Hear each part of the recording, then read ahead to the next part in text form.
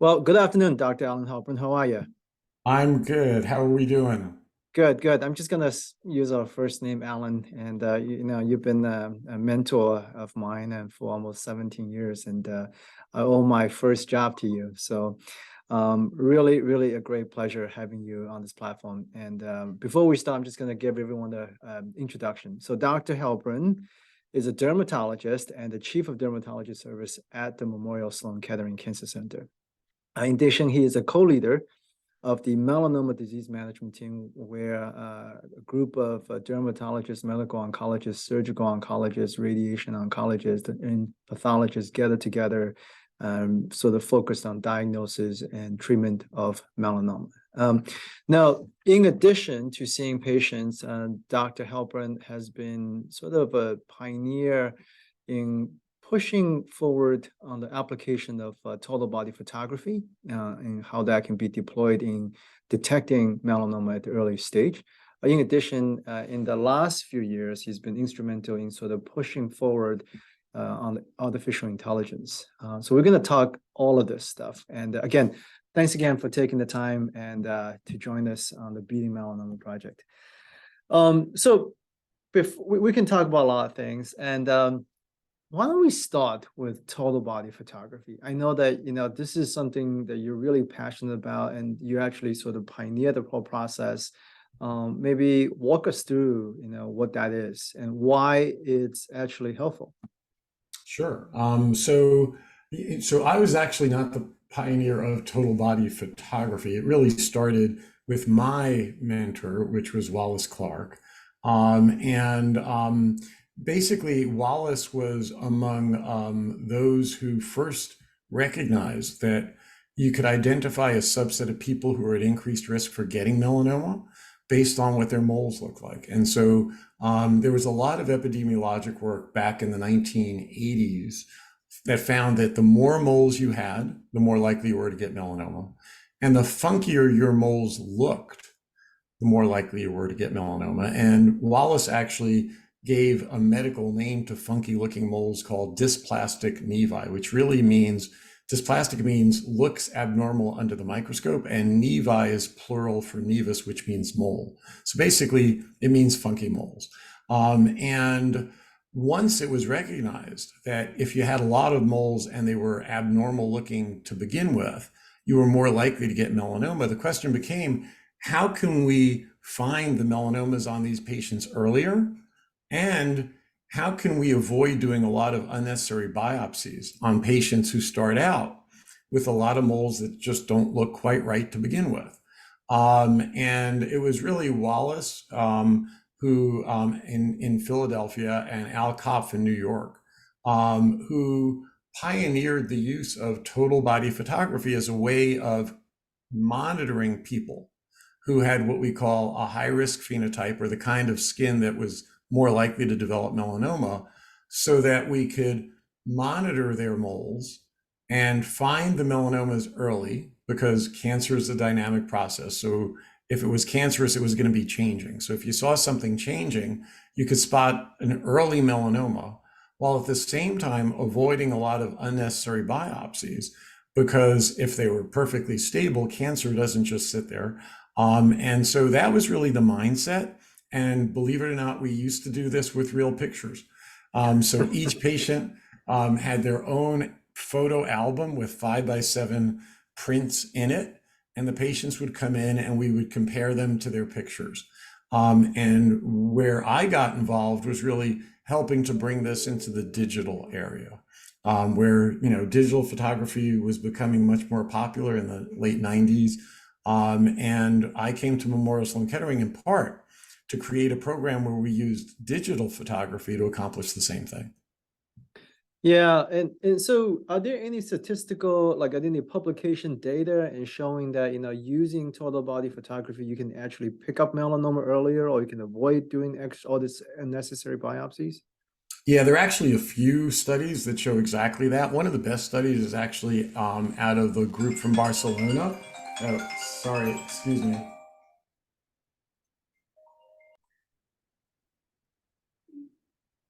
So, Alan, are there any studies out there that actually demonstrate total body photography actually can detect melanoma early and at the same time help to avoid unnecessary biopsies?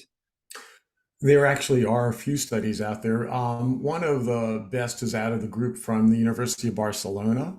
And indeed, it shows exactly that you can, the number of benign lesions that get biopsied for every melanoma detected in centers, including ours at Memorial Sloan Kettering, are down on the order of, 2 to 3 to 1. Whereas out in the community at large, those numbers can go up to 30 to 1, 50 to 1. So you clearly can reduce biopsies. And in our experience and the experience of other groups, almost all of the melanomas that are detected very early. Yeah, I mean, I think one of the challenges, this kind of technology is not really readily available, right? And but I think it's becoming a little bit easier nowadays with digital photography. But no, let's shift gears because one of the most exciting thing is going from, so you've gone from print to digital, but now sort of working with Canfield Scientifics over the last, I would say 7, 8 years, and you help to create this 3D imaging technology, right? And can you talk a little bit about that? Yeah, sure. So, and exactly right. So what we did was we went from photo books that were real photo albums with prints to using digital 2D images, which were basically the same photo albums, but they were digital. But there's really two problems with using regular 2D pictures in order to monitor these high-risk patients. One is you need a lot of different pictures to cover the surface from the front, the side, the back. Two is that you don't want to miss any spots. So the pictures by definition are going to be overlapping, okay? Which means that if you want to, in addition to just use the overview pictures, take additional modalities like what we call dermoscopy, which is a specialized little hand device that we use to look at moles and melanoma that give us a lot more information. We can actually link those dermoscopy images to the total body photography and use those as an additional way to find melanomas even earlier and avoid biopsies. But when you have a lot of pictures and the close-up images could be linked to any of a bunch of pictures, that gets very confusing. Whereas if you have one representation of the whole body, it's just quicker, easier, and every spot on the body is unique. So we can label these additional pictures in a way that's never confusing.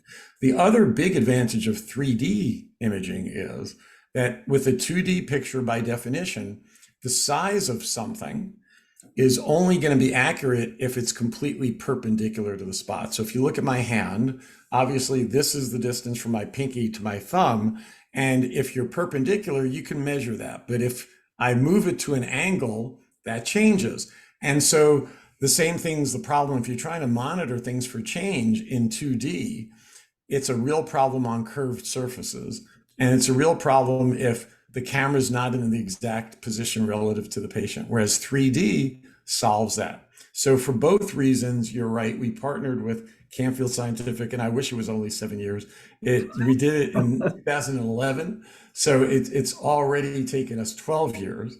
But we're very excited that now groups around the world are beginning to use this total body 3D system, which is much more convenient for the patient because you step into this huge machine, but 1 3 millisecond capture, and it has all the information it needs to create the total body 3D image.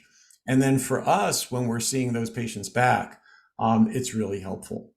Yeah, no, I sort of definitely appreciate that, and there's something else to it, right? Because for the 2D photography, you need a trained medical photographer, and you're sort of sitting there taking 20, 30 minutes getting all those shots. And sometimes it can be uncomfortable for the patient because they're sort of standing there almost completely naked in front of like a photographer. And whereas the 3D, it's quick, less than 3 seconds, all the camera fires simultaneously.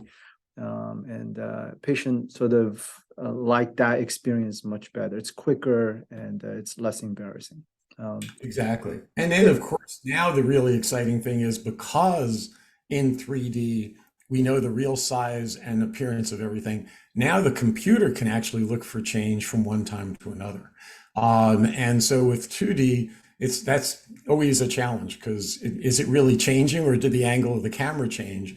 Yeah. Now we're able to actually use the computer to tell us what's changing.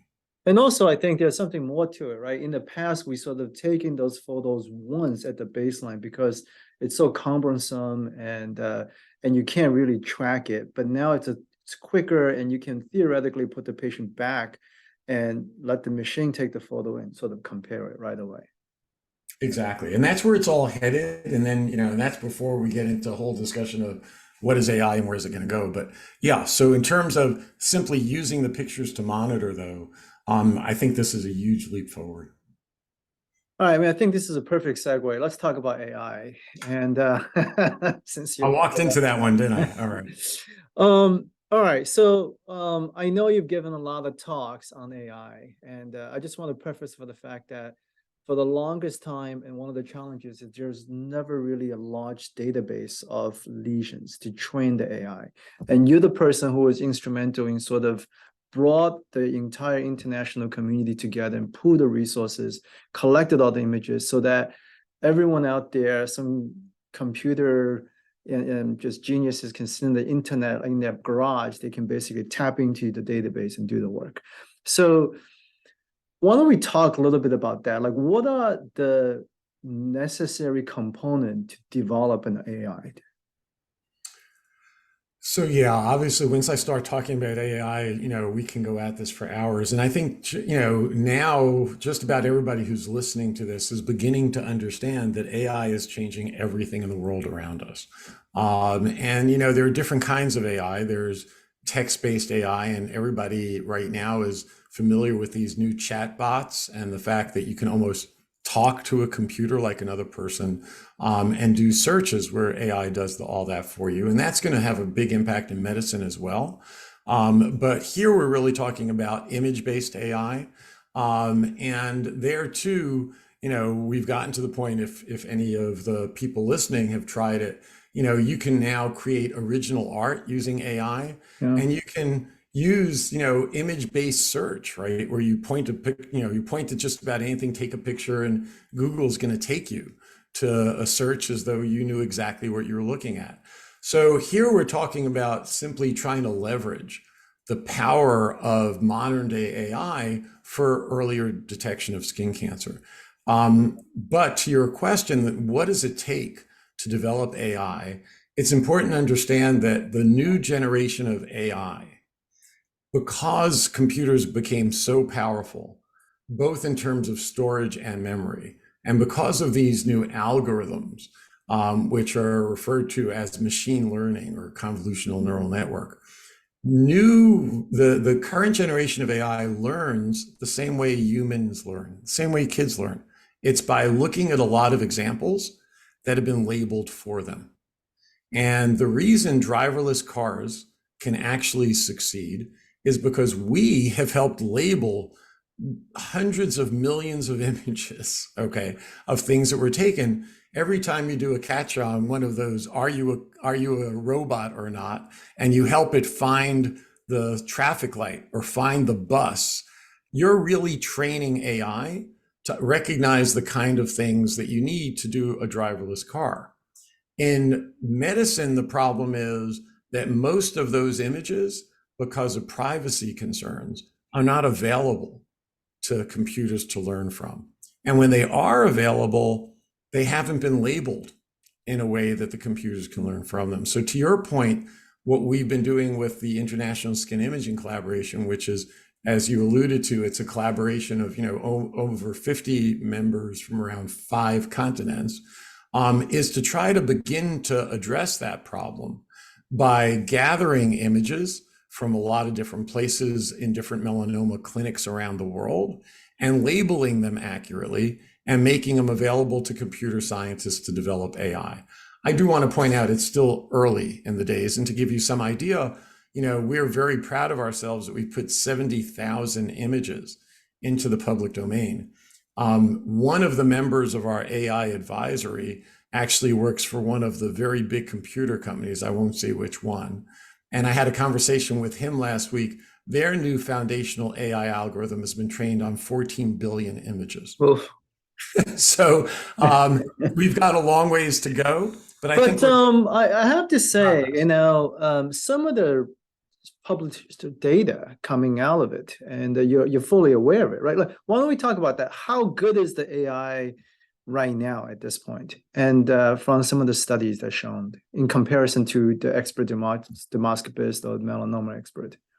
So yeah, and I think, and we've published, several of those studies, and our challenges through ISIC have actually invited thousands of computer scientists to compete to see who can come up with the best AI. And there have been programs that look amazingly good in these artificial tests. And so if you limit the number of diagnostic categories that you give the computer to 9, right? And it's been trained on all 9 diagnoses. Some of these algorithms have 98% accuracy, 97% accuracy for finding melanoma. The problem is they were trained on the same images that we're testing them on to some extent. And that doesn't mean that they would perform well in the wild, right? And there are companies out there that have already made AI diagnostic apps available. In the US, it's been limited because of regulatory oversight of the FDA, but in Europe, these have already been used on millions of lesions. And the short answer is they're good. They're not as good as a good dermatologist yet, and they can be fooled. So I would say my answer is it's really promising. And when we get much larger data sets that are much more representative of all the things that really happen on people's skin and all the different kinds of skin people have, then it's going to be a huge step forward. So I'm going to ask you one more question. And what do you think the limitation is of AI? And mind you that I also typed in Chat GPT the same question.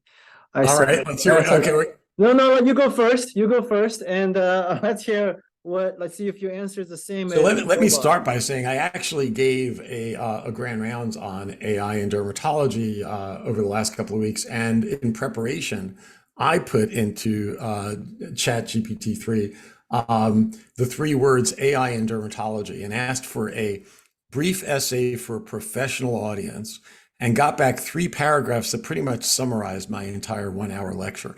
And I shared that with the audience as well. So I'll be curious to see what it comes up with. And the answer is it's just like what you're doing with ChatGPT 3. As long as it's used intelligently, I think AI in dermatology is going to have a place sooner than later. But one has to recognize it's not infallible. And right now, in fact, it's not even what I would say great. And so it's like any other test. If used well and used wisely, it's going to bring real value.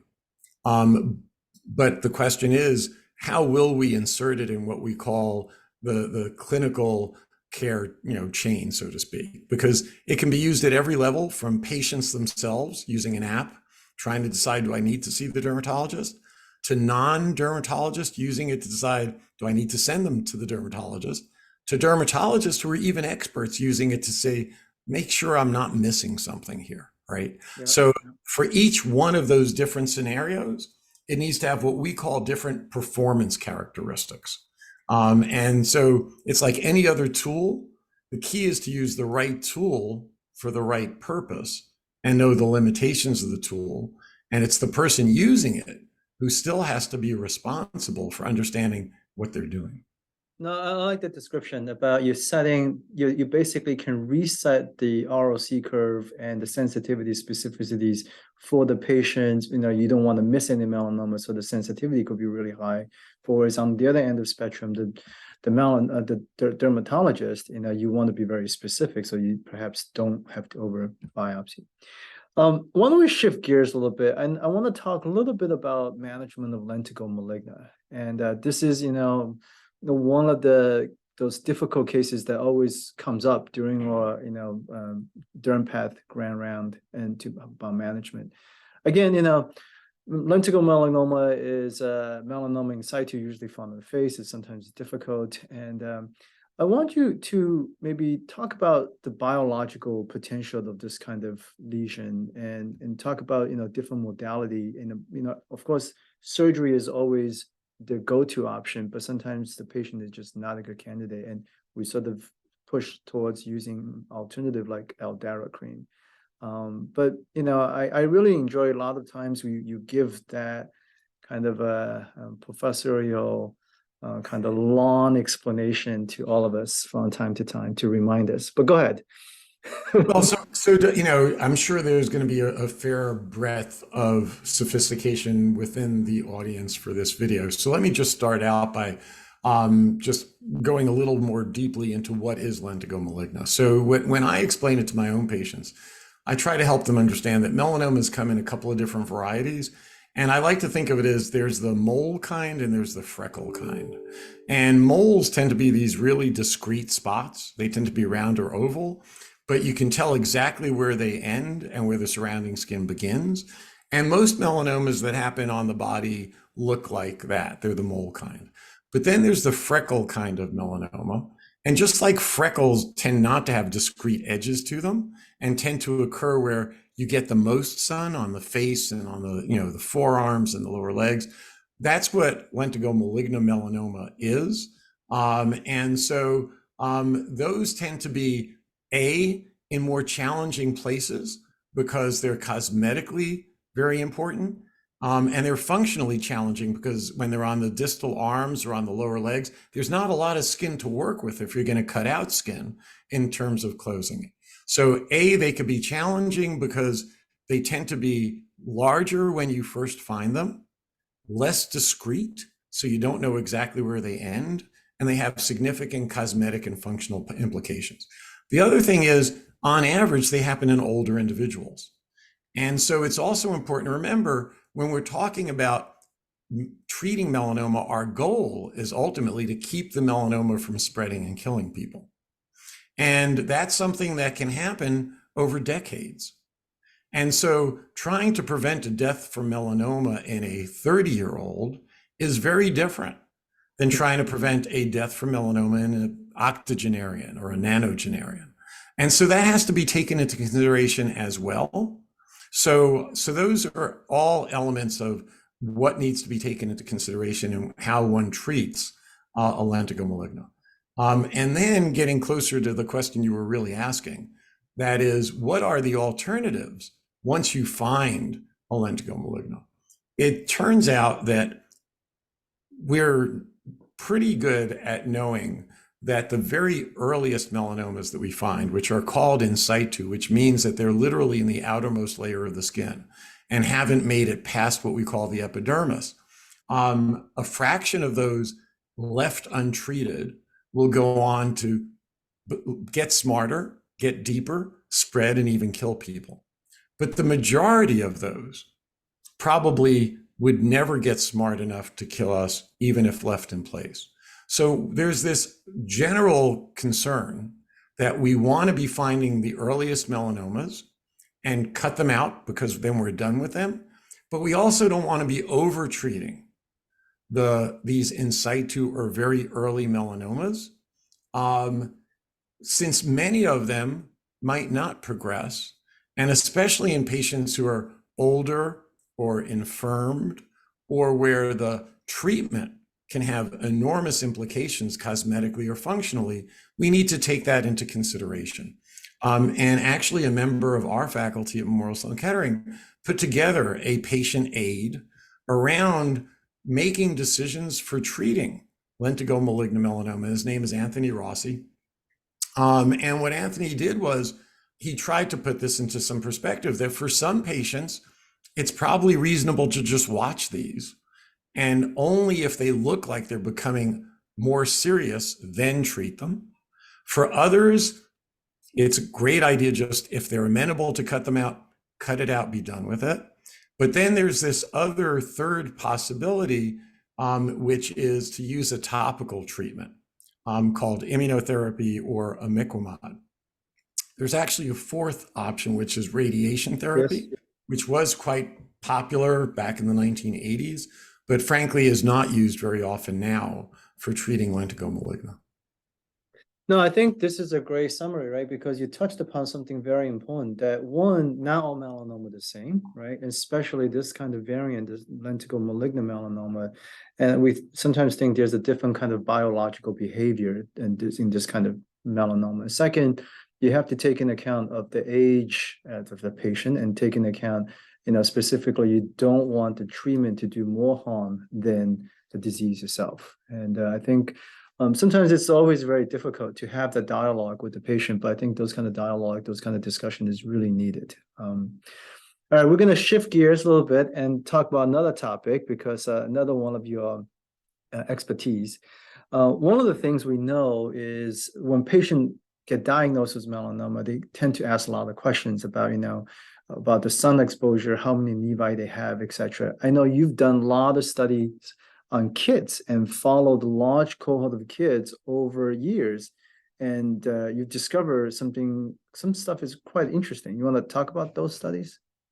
Sure. I mean, so in general, this is what we refer to epidemiologically as risk stratification, meaning can we predict who's more likely to get melanoma?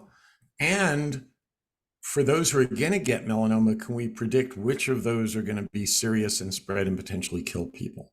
That's really important because, like anything else, if you look hard enough, you're going to find things. But if you're finding things that are not biologically important, you're going to do more harm than good. And the flip side of it is if somebody's truly at significantly increased risk, that's the person for whom it is worthwhile to spend the extra time and effort to be good about sun protection and to get regular checkups. So the things that we were trying to understand, over the decades is, can we predict who's more likely to get melanoma in the first place? And it turns out that, as you've already alluded to, one of the most important factors is genetic. Okay, and that is, are there other people in your family who've had melanoma? That would definitely suggest that there's some genetic predisposition potentially, right? And one of the strongest genetic markers of risk is having lots of moles. And one of the things that we've tried to understand is how much about what your moles look like is genetic versus environmental, the sun exposure you got as a young person. And so the short answer is most of what your moles look like is genetically determined. And so, but sun still plays a modifying factor. So that's number one. So the number of moles you have and how funky your moles look, as I alluded to earlier, is one of the strongest risk factors for melanoma. And especially if you have a lot of moles, funky moles, and a family history of melanoma. But then there are also the families that get melanoma because they're very fair complexioned and they've gotten a ton of sun. Right. And so in Australia, it's not that uncommon for people to have a family history of melanoma, even if they don't have lots of funny looking moles, because there are a lot of very fair complexion people who get a ton of sun exposure. And obviously, the easiest way to know that somebody's already in that category is because they have signs of sun damage. They have lots of freckling and they have lots of sunspots. So in terms of increased risk, it's what your moles look like, what your family history looks like, and what your skin color and sun exposure look like. Regardless of how you're at risk, sun protection is the only way we know of that truly prevents melanoma in the first place. So what we call primary prevention is all about sun protection, and secondary prevention is what we call early detection. The earlier you find it, the more likely you can cure it. Well, just ask the question a little bit further. So a lot of patients may ask, okay, I have a family history of melanoma and my dad has lots and lots of moles, but if I practice good photo protection, always wearing sun clothing, sunscreen, what is my probability of getting as many moles, or what's my risk of getting melanoma if I do my best to protect myself? So interestingly, there are actually risk calculators out there. And one of the best is from the Melanoma Institute Australia, and you can find it online, Sure. where, it tries to do that for you based on, how many moles you have and how much sun exposure, et cetera. The truth is, once you're an adult, there's no reversing your childhood sun exposure. And so, but there's a lot of data that shows no matter when you start, that being good about sun protection reduces your risk of getting melanoma. Doesn't mean you can't get one. And in fact, it's really important to know that you can get melanoma where the sun never shines. And so that while the majority of melanomas are sun related, even if you lived your entire life in a dark room, you can get melanoma. And you can get melanoma in places like your palms, your soles, between your toes, on your private parts, even in your mouth, or even in the back of your eyes. But those are not preventable through sun protection. But over 90% of melanomas are largely preventable with sun protection. Last category is a question. I think this is actually very important because, we have been talked a great deal because we know melanoma is majorly a disease affecting Caucasian, lighter skin type, but we also know melanoma can occur in darker individuals like African Americans. We commonly talk about on the lower, on the foot, etc. How should we screen individuals of, let's say, skin of color or African American? How vigilant should we be? And is there any harm of doing really close follow-up and biopsy a lot of those pigmentations on the bottom feet, try to rule out melanomas? No, that's a really great question, but unfortunately a really tough one. And it really does follow up on what we were talking about, risk stratification, why it's so important to know what your risk is of really being harmed by melanoma, meaning having what we call metastatic melanoma that's spread to other parts of your body or potentially dying of the disease. The bottom line is any single death from melanoma is a tragedy, and we'd love to prevent every possible death from melanoma. That said, you use the word screening. And the reality is, we know for any disease that screening is a double-edged sword. And that when you're screening, you're in the process of trying to save lives by finding some things early. You end up labeling a lot of people with the disease that were never going to be hurt by it. And so if we screen the whole population for melanoma, we might save some lives, but we're going to end up finding spots that may not be melanoma, but that we're doing biopsies for that end up having a lot of problems just from the biopsy. And we're going to end up labeling a lot of people with very early melanomas that might never have gone on to hurt them because either they weren't going to live that long or the biology of their melanoma wasn't that serious. And that's why there are groups like the US Preventive Services Task Force that come out with recommendations that we know that screening is a good idea or a bad idea based on the likelihood it's going to do more good than harm. And it's important to know that where cancer is concerned, that's really only a few cancers where it's absolutely well agreed upon. Cervical cancer, breast cancer in the right age groups, colon cancer in the right age groups. But that when it comes for screening other types of cancer, it doesn't make sense if other than to do it in parts of the population that are really likely to get the serious disease, because you just have to be cautious about the harms that can happen. So now let's go back to your actual question. What about populations with skin of color, okay, and melanoma?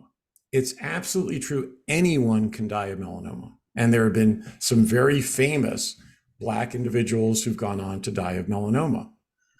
But the reality is, on average, across the entire US, the number of people with Black skin, and again, how you define skin of color is also a challenge, who actually die of melanoma each year is well under 100.